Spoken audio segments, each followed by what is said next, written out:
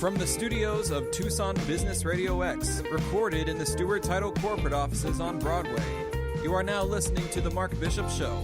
And now here's your host, Mark Bishop. So I ask you this question. Are the days of inhumane laboratory experiments on animals a thing of the past? We're currently in the age of brain imaging and superior human-based research methods that allow us to study the causes and treatments of mental illness in humans without subjecting vulnerable animals to painful and traumatic experiments. Surprisingly, millions of taxpayer dollars are still being used to perform unnecessary experiments on monkeys. Now, I'd like to welcome Katherine Roe, Research Associate, PETA, PETA, Laboratory Investigations Department. Welcome, Katherine. Thank you very much. Well, how are taxpayer dollars being used as a part of inhumane experiments? Tell us that. Yes, well, PETA has just recently obtained never-before-seen video footage of experiments being conducted at a National Institutes of Health laboratory where monkeys are being given permanent brain damage and then being forced to confront realistic-looking snakes and spiders, which absolutely terrify them. Oh, and these experiments, these experiments are costing the taxpayers millions upon millions of dollars, and yet after 30 years have not led to any meaningful treatments or cures for humans. Tell us exactly, why are these experiments being conducted and how are they harmful? Yes, well, what you can see in the videos, and your listeners can actually see these videos that we've obtained for themselves at PETA.org. Okay. And what happens is the experimenters inflict permanent brain damage on the monkeys. And how they do this is they hold the monkey's head still in a vice-like device and then carve open a section of their skulls and either suction out a portion of their brains or inject a toxin into their brains, which damages the neural tissue. Then these poor monkeys are put into small, tiny cages, which are put inside a darkened box where a guillotine-like door opens up, and the monkeys are forced to face realistic-looking snakes and spiders, which absolutely terrifies them. And again, when you see these videos for yourself at PETA.org, you'll see how absolutely terrified these poor monkeys are. Heavens above. I mean, just hearing about it's enough to turn me off. But we'll go back on that later where people can go and see this because seeing is believing. And quite frankly, it'll help your cause a lot more when they see this type of thing. It amazes me who gets these videos. What are the alternative approaches to this current research, do you think, then? Well, the purpose of the research, or the experimenters would claim that the purpose is to understand which parts of the brain are important for certain behaviors.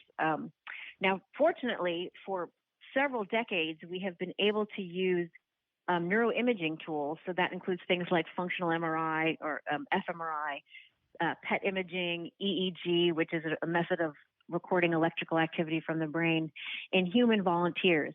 And these tools are more than adequate for helping us understand which parts of the brain are engaged in certain behaviors. So these brain damage experiments on monkeys are not only cruel, they're unnecessary, because we can absolutely get an understanding of which parts of the brain in humans are important for human behavior using these more modern tools. Well, scientists, I mean, they've been investigating the roles of different brain regions for decades now, using non-invasive neuroimaging, as you say, to understand the role of the different regions of the brain. What gets me is this: inhumane experiments at the National Institutes of Health, they've been performed on dozens, possibly hundreds of monkeys, yet they've failed to produce a single treatment to help humans who suffer with neuropsychiatric conditions.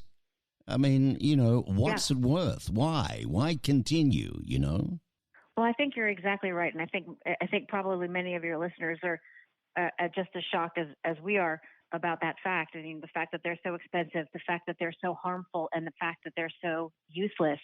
But what unfortunately tends to happen in science is if a series of experiments continues to get funding, it will continue to be conducted, even if it's well established that these experiments are going nowhere in terms of advancing our knowledge of human health or benefiting humans in any way, which is why we're asking listeners to go to PETA.org, where they can very quickly contact the National Institutes of Health and ask them to stop funding these cruel and useless experiments. Mm-hmm.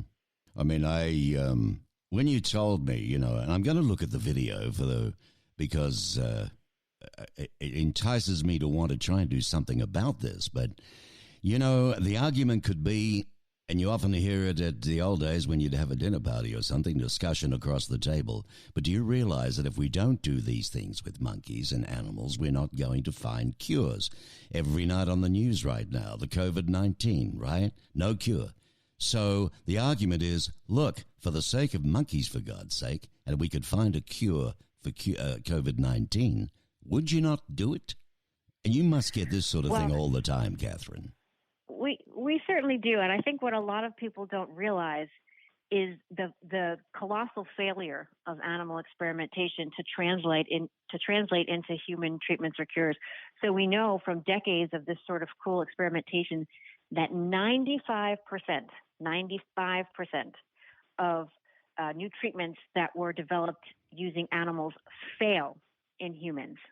They're either not safe or they're not effective or both. Wow. So the continued use of animals in experimentation is not only cruel, it's not only a waste of money, but it's a waste of resources that could be directed towards more human-relevant methodology, which is available. Monkeys' brains, they're not an appropriate model, apparently, for the human conditions that they're being tested for anyway. I mean, these monkeys are already traumatized from being held captive, most often in solitary confinement, right?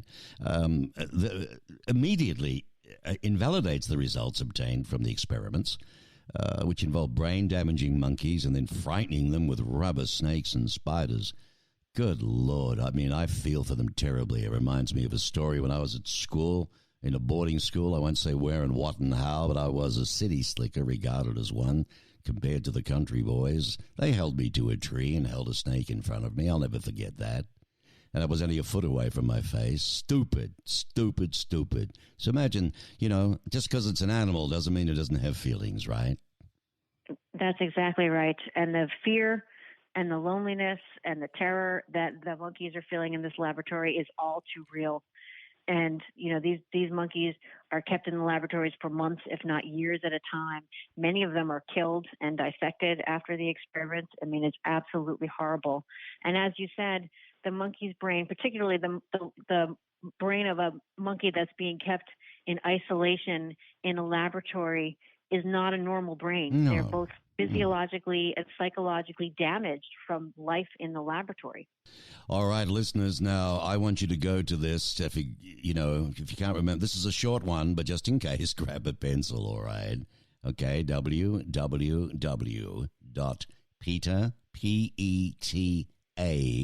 PETA.org, PETA.org. And I guess there's a button there to relate to where to go to that video. Correct, Katherine? Yes, and they can also very quickly contact the National Institutes of Health and ask that they stop wasting taxpayer money on this cruel and useless and unnecessary series of experiments. Yeah. Katherine Roe, Ph.D., is a research associate with the LaboratoryInvestigations Department of People for the Ethical Treatment of Animals. You guys do a wonderful job. I think I had your director on not so long ago, and kicking up a storm there. You've won a few cases now. You're really, you're creating some dust, my girl. That's right. Good job. So, you liaise with the government funding agencies and universities and corporations to try and end harmful and ineffective neuroscience and psychological experiment on animals. How are you finding it with corporate today? Are they listening? They do listen, because what we often do is if we own stock in the company, we're a shareholder. And so as a shareholder of a given company, you have a say in what money is being spent where. And a lot of corporations don't want to harm animals. And so when we present them with the viable alternatives, of which there are many, they're willing to make that adjustment. And of course, it's always beneficial for animals and humans when we transition any any university, any laboratory, any corporation from using cruel and archaic animal experiments to more modern, relevant human research methods. So, they are responsive. Thank you so much indeed, Katherine. PETA urging National Institutes of Health to halt inhumane experiments. And today we were fortunate enough to have Katherine Roe here on the Mark Bishop Show. Our listeners, www.peta.org. Thanks, Katherine. Have a good week. Thank you. You too.